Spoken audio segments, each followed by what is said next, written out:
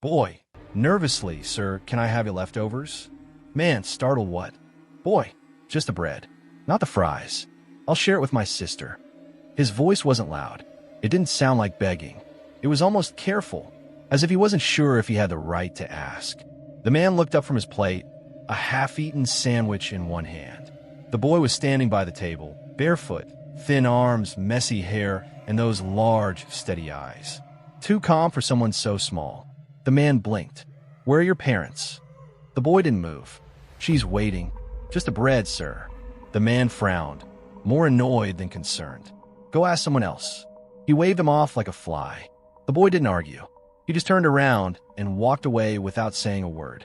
The man went back to eating, but it didn't taste the same anymore. The sandwich felt dry, the fries too salty. His jaw slowed. He looked over his shoulder, but the boy was gone.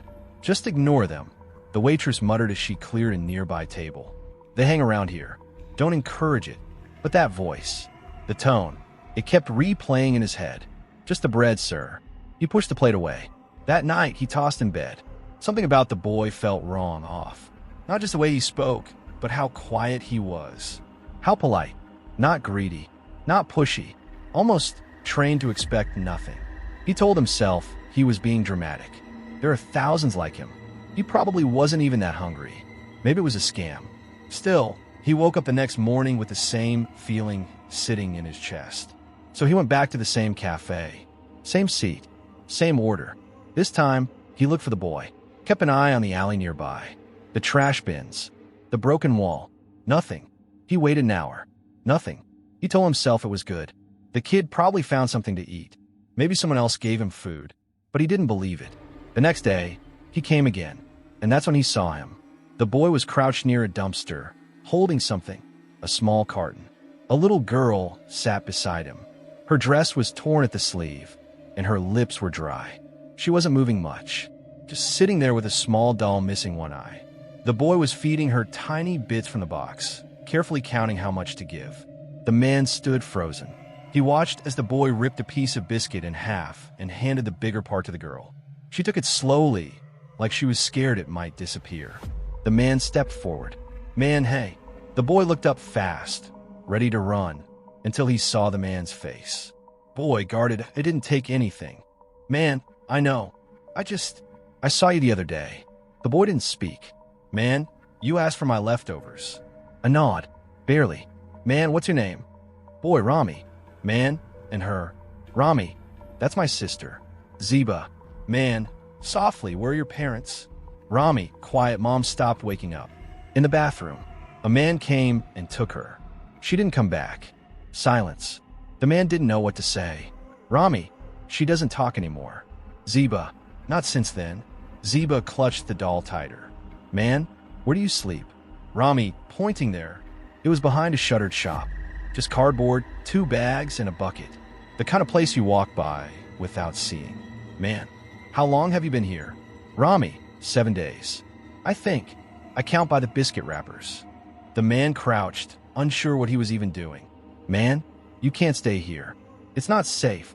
Rami, where should we go? Last time, they took us to a place with locked doors. Zeba cried all night. They hid a boy there. I saw. The man exhaled. He took out his phone. Dialed. Waited. A woman picked up. Man, it's me. There are 2 kids. No parents. I don't know what to do. Social worker. We can send someone to assess, but it might take a day or 2. Man, they don't have days. Social worker. We're overloaded. I'm sorry. The man looked at them. Rami feeding Zeba crumbs from his palm. Man, just come. Please. He stayed with them that afternoon. Brought food from the cafe. Water. A small plastic bag of wet wipes. Zeba didn't speak, but she took the sandwich and leaned against her brother. Rami didn't say much either. He watched everything, like he didn't trust it yet. The man didn't blame him. It rained that night. He came back with an umbrella and a blanket. They were already wet. Zeba was shivering. He cleared space in his car and told him to sit inside for a while. They hesitated. Man, it's just a seat. I'm not taking you anywhere. They climbed in. Slowly, Rami kept holding Zeba's hand like she might vanish. The man sat in silence, watching the rain hit the windshield. He remembered how casually he had brushed the boy off that first day, how easily he'd looked away. Man, quietly, I'm sorry for not listening before. Rami didn't answer, but his fingers relaxed around his sister's. He slept in his car that night. In the morning, he bought toothbrushes, 2 packs of biscuits, and warm socks. Still no call back from the social worker. He tried again. Social worker, we're doing our best. He hung up and stayed. Rami, quietly, that's my sister. She doesn't talk anymore since my mom stopped waking up. The man, voice low, where do you live? Rami, pointing there. He followed the boy past a shuttered shop, its metal grill rusted halfway down. Behind it, just barely sheltered from the street, lay 2 flattened cardboard boxes, a torn sheet, and 1 small bag. That was it. No mattress, no fan, no lights. Ziba was sitting cross-legged, holding that same one-eyed doll. Her eyes followed them, but her mouth stayed shut. She didn't blink much, just held on to the doll like it was the only thing she owned. The man felt his throat tighten. He wasn't supposed to get involved. He had told himself that last night and again this morning. But now, standing here, there was no way to walk away. Not anymore. The man, do you sleep here? Rami, only when it's not cold. The man, where do you go when it is? Rami, shrugging, sometimes behind the mosque. There's warm air there. The man didn't know what to say to that. The man, what about food? Rami, whatever we find. Leftovers. Sometimes the bakery uncle gives broken biscuits. Ziba looked up at the word biscuits, but didn't speak. He crouched beside her. The man, gently high. I'm not going to hurt you. Ziba stared at him, eyes big and blank. Rami, low voice, she hasn't talked since Mama. He didn't finish the sentence. The man stood up and pulled out his phone again. His fingers hovered over the screen for a few seconds before he finally called. Social worker. On-call children's services. How can I help? The man. There are 2 kids. A boy and his younger sister. No parents. They're living on the street. Social worker. Where exactly? He gave the address. Social worker. We can send someone to check. Might take a couple of days. We're overwhelmed right now. The man. They don't have a couple of days. They barely have a couple of hours. Social worker. Sir, we'll log the case. If you're not their guardian, we can't move faster without formal complaint. He ended the call without replying. He didn't want to get angry. Not in front of them. Rami, softly, it's okay. You tried. That broke something inside him. He went to a nearby store. Bought 2 sandwiches, 2 small water bottles, and a pack of baby wipes. We came back. Rami stood up quickly, alert. The man, it's just food. Rami nodded. Took the food carefully, unwrapped Ziba's first. He didn't touch his until she had eaten half of hers. Ziba's eyes closed as she chewed, like she hadn't tasted food in days. The man, watching you take care of her like a father. Rami, Mama said I have to. They sat together for a while. The man didn't ask many questions. He didn't know what else to say that didn't feel useless. When he stood up to leave, Rami didn't ask for money. He didn't ask for anything. He just looked at him and said, Rami, will you come again? He didn't sleep that night. He stared at the ceiling, hearing the boy's voice again and again. Will you come again? He got up, opened his closet, and pulled out a spare blanket. Then socks. Then a waterproof jacket. He put everything into a small bag and left before sunrise. It was still dark when he got there. Ziba was curled into Rami's side, using his thin hoodie as a pillow. They were asleep, barely covered. The cold in the air was sharp. He didn't wake them, just gently laid the blanket over both of them and set the bag nearby. Then he sat on the edge of the sidewalk and waited. An hour later, Rami woke up first. Rami, blinking, you came back? The man, I couldn't sleep. Rami looked down at the blanket, then at the bag. Rami, quietly, no one ever comes back. He wasn't accusing him. He wasn't even emotional. He was just saying what he believed. The man, maybe that needs to change. He brought them breakfast. Ziba still didn't talk, but her body moved differently now. Less tense. She looked at the man for more than a second at a time. Rami sat beside him on the sidewalk, holding his sandwich but not eating. Rami, what happens now? The man, I'm trying to get someone to help. Real help. Rami, you don't have to. You already gave us food. The man, I want to, because you deserve better. Rami didn't respond. He He just finally took a bite. By the fourth day, the kids were cleaner. Still wearing the same clothes, but he'd helped them wipe their faces, clean their hands. He bought new socks, even brought a soft toy for Zeba, but she kept holding her old doll tighter. When he offered to buy new clothes, Rami said, "Rami, don't spend more. You already did too much." The man looked at this child, this boy who carried more weight on his shoulders than most men ever would, and wanted to cry. The man, "You don't get to decide when you're too much. Not at your age." He fought again with the social worker that evening. The man, angry they're sleeping in the cold. One of them won't talk. "What more do you need?" "Social worker, we logged the case. Someone will reach out this week." The man, "You said that 3 days ago." "Social worker, I'm sorry, sir." He hung up. It started raining that night. The man drove back faster than usual. He parked nearby and ran to the shelter. The cardboard was soaked. The kids were huddled under the small sheet, water dripping near their feet. He picked them both up and rushed them to his car. Zeba was shivering. The man, turning the heater on, "You're safe. You're okay." Rami looked at him, lips trembling, not from cold, but maybe from something else. "Rami, quietly, why do you keep coming?" The man didn't answer right away. He stared through the windshield, water sliding down like tears. The man, softly, "Because I didn't the first time. And I wish I had." They sat in silence. Zeba fell asleep with her head on his arm. Rami stayed awake. "Rami, if they take us away, can we still see you?" The man turned to him. The man, "I'm not letting them take you anywhere bad." Rami, tiny voice that happened last time. The man, "This time will be different. I promise." Rami, surprised you came back. The man, "I couldn't sleep again. Thought you might need an umbrella." Rami blinked at him, then glanced at the dark sky. The clouds were low, heavy, the kind that always kept their promise.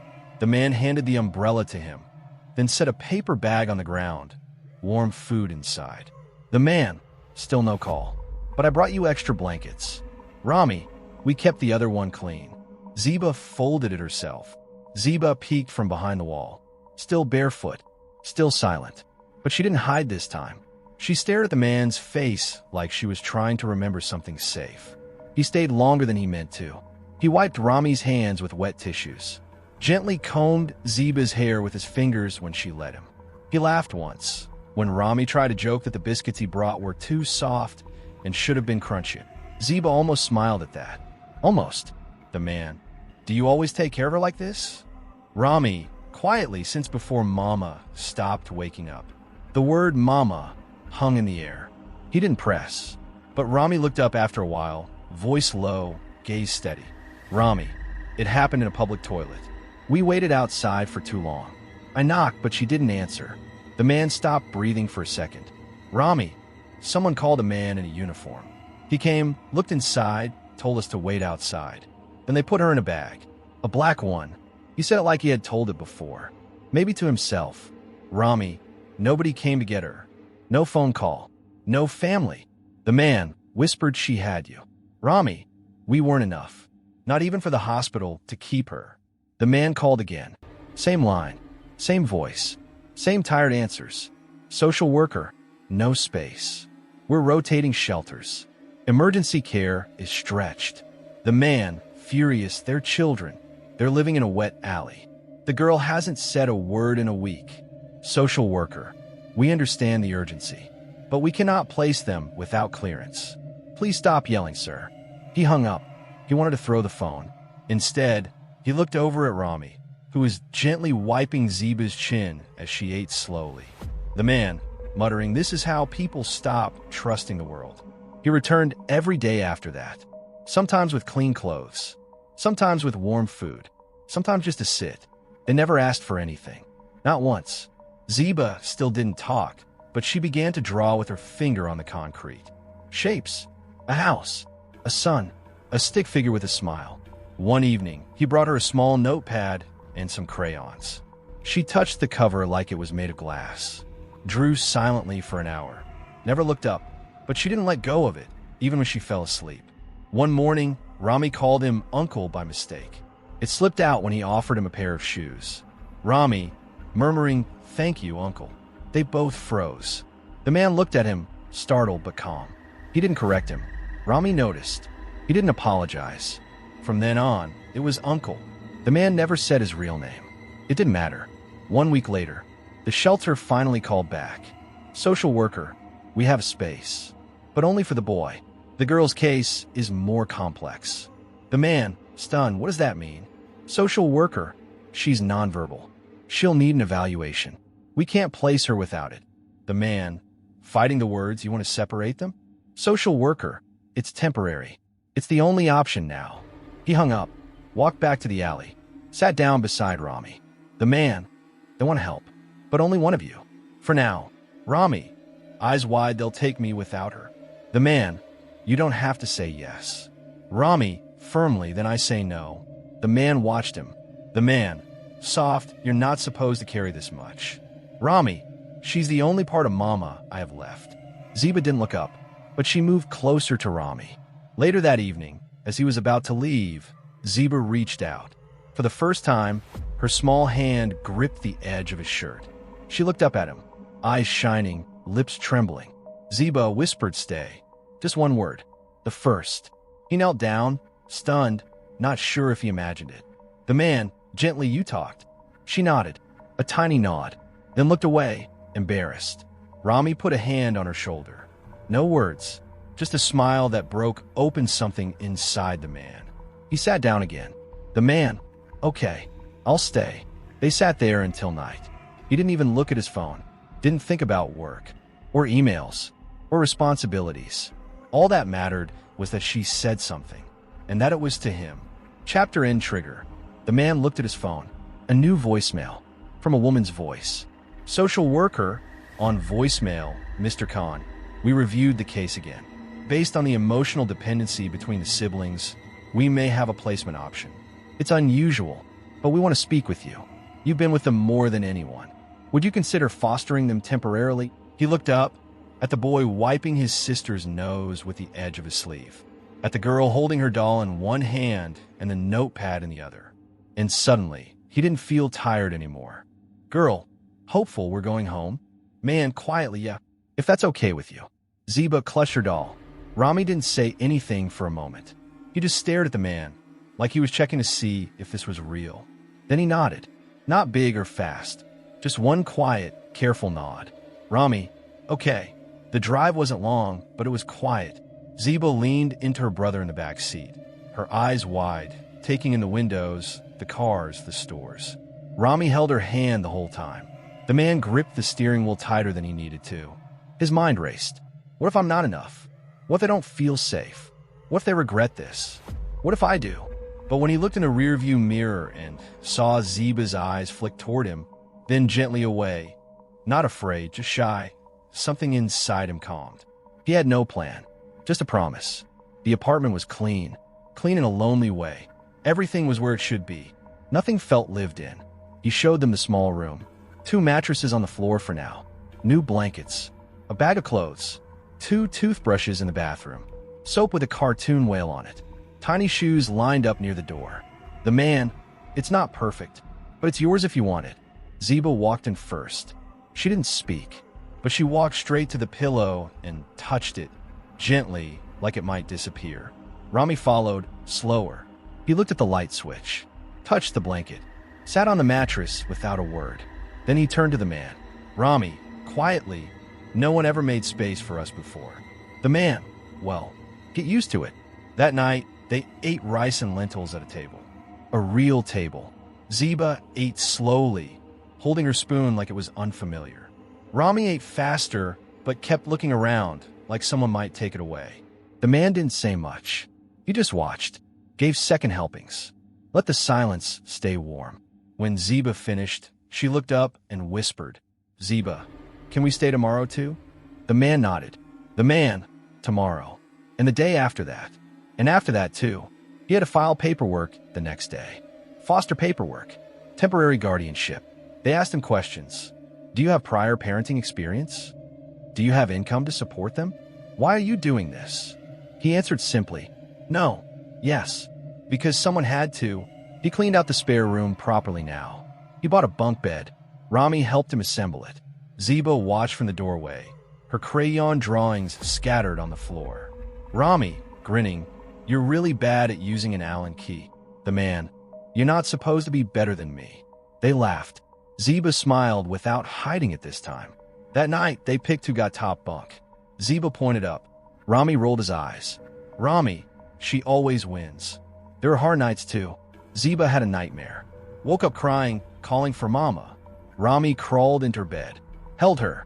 The man sat in the doorway, helpless, watching. He didn't try to take over. He just stayed. When she finally fell asleep again, Rami whispered, "Rami, you don't have to fix it. Just being here helps." The man nodded. The man, "That's all I'm trying to do." He enrolled them in school, took the week off work, bought Zeba a backpack with flowers and Rami one with a cartoon chef hat, even though he wasn't sure Rami would like it. Rami, smirking, "You remembered." The man, "What?" Rami, "I said once I want to be a chef. You listened." Weeks passed. Laughter started showing up more often.